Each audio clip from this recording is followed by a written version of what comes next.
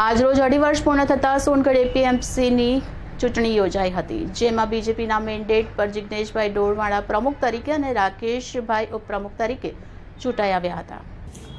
ખેડૂતના વિકાસમાં સતત યોગદાન આપતી અને આશરે જેની સ્થાપનાને 55 વર્ષ થવાના એવી સોનગઢ એપીએમસીની ચૂંટણી યોજાઈ, જેમાં બીજેપીના મેન્ડેટ પર જિગ્નેશભાઈ ડોળવાણા પ્રમુખ તરીકે તો રાકેશભાઈ ચૌધરી પ્રમુખ તરીકે બિનહરીફ ચૂંટાઈ આવ્યા. આ પ્રસંગે રાજકીય અને સહકારી આગેવાનોને અભિનંદન પાઠવ્યા હતા. જિલ્લા રજિસ્ટ્રાર કર્મચારીની હાજરીમાં સમગ્ર ચૂંટણી પ્રક્રિયા પૂર્ણ કરવામાં આવી હતી. 1970 થી ચાલતી આઈપીએમસીની સ્થાપનામાં મહત્વપૂર્ણ પાયાની ભૂમિકા ભજવનાર નારણભાઈ ડોળવાણાના પુત્રને પ્રમુખ તરીકે વર્ણિત થતા સહકારી આગેવાનોમાં ખુશીનો માહોલ જોવા મળ્યો હતો. સુરત ડિસ્ટ્રિક્ટ બેંક સોનગઢના ડિરેક્ટર, સાર્વજનિક હાઈસ્કૂલના પ્રમુખ સહિત અનેક સહકારી સંસ્થાઓનું નેતૃત્વ કરનાર નવા પ્રમુખે ખેડૂતોના હિતમાં તમામ કાર્યો કરવાની ખાતરી આપી હતી. આ પ્રસંગે પૂર્વ પ્રમુખ દામજીભાઈ ગામિત, પૂર્વ મંત્રી કાંતિભાઈ ગામિત, પૂર્વ જિલ્લા બીજેપી પ્રમુખ મયંકભાઈ જોશી, હેતલભાઈ મહેતા, શંભુભાઈ અગ્રવાલ સાથે મોટી સંખ્યામાં આદિવાસી આગેવાનો અને બીજેપી કાર્યકરો શુભકામનાઓ આપવા ઉપસ્થિત થયા હતા. Reporter Hetal Kokani, City Gold News, Tapi. જી સર, આજ રોજ એપીએમસી સોનગઢની જે ચૂંટણી થઈ તે અંગે માહિતી આપશો. આજ રોજ એપીએમસી સોનગઢ અને 2.5 વર્ષની ટર્મ પૂરી થઈ તેના માટે પ્રમુખની ચૂંટણી હતી. તો એ પ્રમુખના ચૂંટણીમાં અમને જે પાર્ટી તરફથી મેન્ડેટ આપવામાં આવેલ હતો તેમાં મારા નામનો મેન્ડેટ આવ્યો છે અને મને બિનહરીફ પ્રમુખ તરીકે એપીએમસીના પ્રમુખ તરીકે બની થઈ છે. જે આજ રોજ જે આપની બીજેપી તરફથી આપને મેન્ડેટ આપવામાં આવ્યું ને આપ પ્રમુખ તરીકે બિનહરીફ આવ્યા છો, ત્યારે આપની સાથે ઉપપ્રમુખ કોણ આવ્યું ને લાસ્ટ ટર્મમાં કોણ પ્રમુખ હતું? મારી સાથે અત્યારે ઉપપ્રમુખ તરીકે નગીનભાઈ ચૌધરી આવ્યા છે, રમેશભાઈ ચૌધરી, ગંજીભાઈ ચૌધરી આવ્યા છે અને લાસ્ટ ટર્મમાં નગીનભાઈ વસાવા હતા. બરાબર. ને છેલ્લા પ્રમુખ કોણ હતા? દામજીભાઈ ગામિત, જે 2.5 વર્ષ દરમિયાન પાછલા 2.5 વર્ષ દરમિયાન પ્રમુખ રહી ચૂક્યા છે.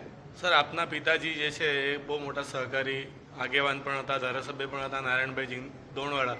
ત્યારે સાહેબ, આપ એમના પુત્ર તરીકે ખેડૂતોના વિકાસ માટે, આ એપીએમસીના વિકાસ માટે શું આપની પાસે આયોજન છે? લગભગ સોનગઢમાં 45 વર્ષ જેવા થઈ ગયા માર્કેટ યાર્ડ શરૂ થઈ હતી અને મારા પિતાજી 1970ની આજુબાજુ આ સંસ્થા વ્યારાથી છૂટી પડીને શરૂ કરી હતી અને ધીરે ધીરે લગભગ આ 45 વર્ષ દરમિયાન છેલ્લા જે ચૂંટણી આવી એમાં આટલા વર્ષમાં લીવર ચૂંટણી થઈ હતી આના ઇતિહાસમાં અને દામજીભાઈ ગામિત પ્રમુખ તરીકે અહીંયા હતા. હવે અત્યારે જે ખેડૂતોનું જે પણ એ માલો આવે છે, વેપારીઓ આવે છે, તો આ ખેડૂતોનું સારું હિત થાય, તાલુકાના ખેડૂતોને સારો લાભ મળે, માર્કેટ દ્વારા એવો પ્રયત્ન અમે 2.5 વર્ષ દરમિયાન અમારી મૂડી અમે કરીશું. જે ખાતરની દુકાનો છે કે દવાની દુકાનો છે કે જે બધી વસ્તુઓ સાહેબ અહીંયા એક માર્કેટ જેવું બને અને લોકો એને એક જ જગ્યાએ બધું મળી રહે, તે માટે કોઈ પ્રયત્ન રહેશે? એ માટે હવે અમે જે પણ સરકારની યોજના છે એ અમને માર્કેટ દ્વારા અમને મળે એ રીતનો પ્રયત્ન કરીને આગળ કામ કરીશું. આપના પર વિશ્વાસ મૂકનાર મોવડી મંડળને શું કહેશો? આ જ્યારે ચૂંટણી થઈ હતી ત્યારે અશોકભાઈ ધોરાજીયા હતા પ્રભારી અને એમના માર્ગદર્શન હેઠળ ચૂંટણી થઈ હતી. તો આ તબક્કે અશોકભાઈ ધોરાજીયા સાહેબ, તાપી જિલ્લા પ્રભારી માધુભાઈ કથેરિયા સાહેબ, સુરત જિલ્લા અને તાપી જિલ્લાના પ્રમુખ શ્રી આપણા સુરતભાઈ વસાવા સાહેબ, ધારાસભ્ય જયરામભાઈ ગામિત અને આપણા ધારાસભ્ય શ્રી કુંવરજીભાઈ હળપતિ સાહેબનો અમે ખૂબ ખૂબ આભાર માનીએ છીએ. આભાર. પરિચય? દામજીભાઈ ગામિત, હું છેલ્લા 2.5 વર્ષથી એપીએમસી સોનગઢની અંદર પ્રમુખ તરીકે સેવા આપી હતી. મારા કાર્યકાળ દરમિયાન અમારી ચૂંટાયેલી બોડીના સહયોગથી બધાપડા ગામમાંની અંદર સબયાર્ડ છે, એ સબયાર્ડની અંદર 6 મકાનો 6 રૂમો બાંધી સોનગઢ એપીએમસી નગરમાં 6 રૂમો બાંધવામાં આવી અને બોરદાની અંદર સબયાર્ડ તરીકે ડેવલપ કરવા માટે અમારી બોડીએ નક્કી કર્યું.